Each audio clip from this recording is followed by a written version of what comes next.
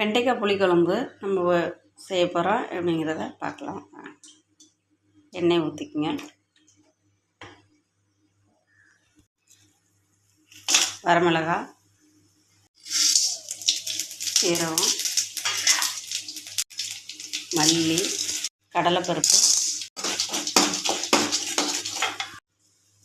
துவரம்பருப்பு நல்லா வறுத்து எடுத்துடலாம். இப்போது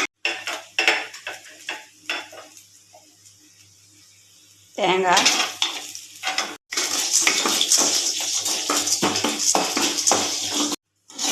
இப்போ நம்ம ஒரு இது பாத்திரத்தில் எடுத்து வச்சிடலாம்.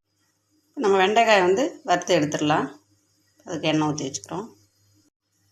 இப்போ எண்ணெய் காயணும். எண்ணெய் காய்ஞ்சிருச்சு. வெண்டைக்காயை பொரித்து எடுத்துக்கலாம்.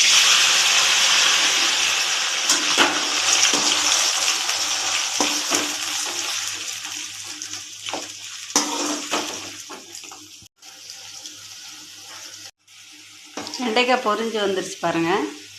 இந்த இதை நம்ம ஒரு பிளேட் எடுத்து வச்சுக்கலாம்.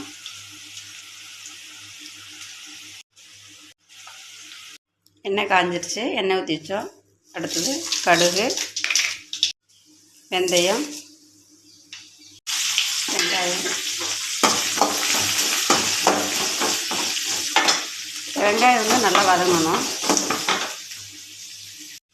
வெண்டைக்காய் பாருங்கள் நல்லா வதங்கிருச்சு. இப்போ நம்ம தக்காளி நான் அந்தளவுக்கு 2 சைஸ் எடுத்து வச்சுருக்கிறேன். மிக்சியில் நான் அடித்து வச்சுருக்கிறேன்.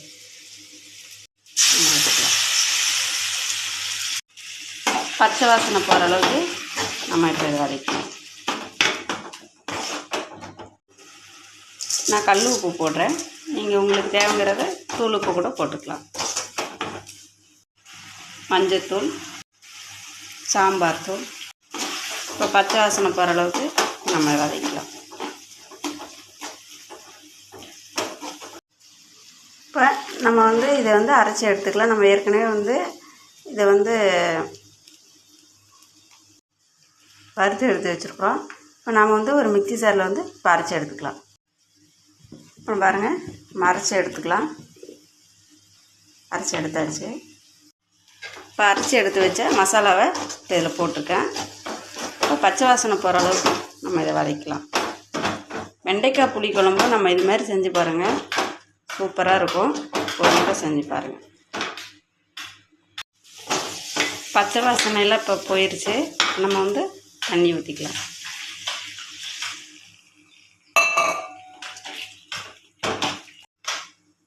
இப்போ தண்ணி ஆட் பண்ணியாச்சு.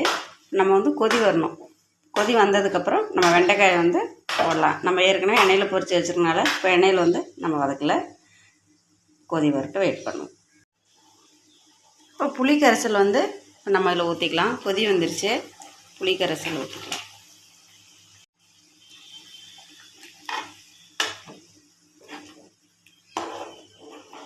நல்லா கொதி வரட்டும். நல்லா கொதி வந்துருச்சு. இப்போ வெண்டைக்காய் போடலாம்.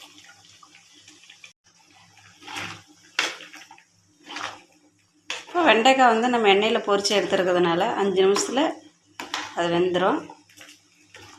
வெயிட் பண்ணுவோம். வெண்டைக்காய் புளிக்குழம்பு இப்போ ரெடி ஆயிடுச்சு. இப்போ பாருங்கள், வெண்டைக்காயெல்லாம் வெந்துருச்சு. அவ்வளோதான். இதே மாதிரி ஒரு முறை செஞ்சு பாருங்கள். சூப்பராக இருக்கும். குழம்பு ரெடி ஆயிடுச்சு.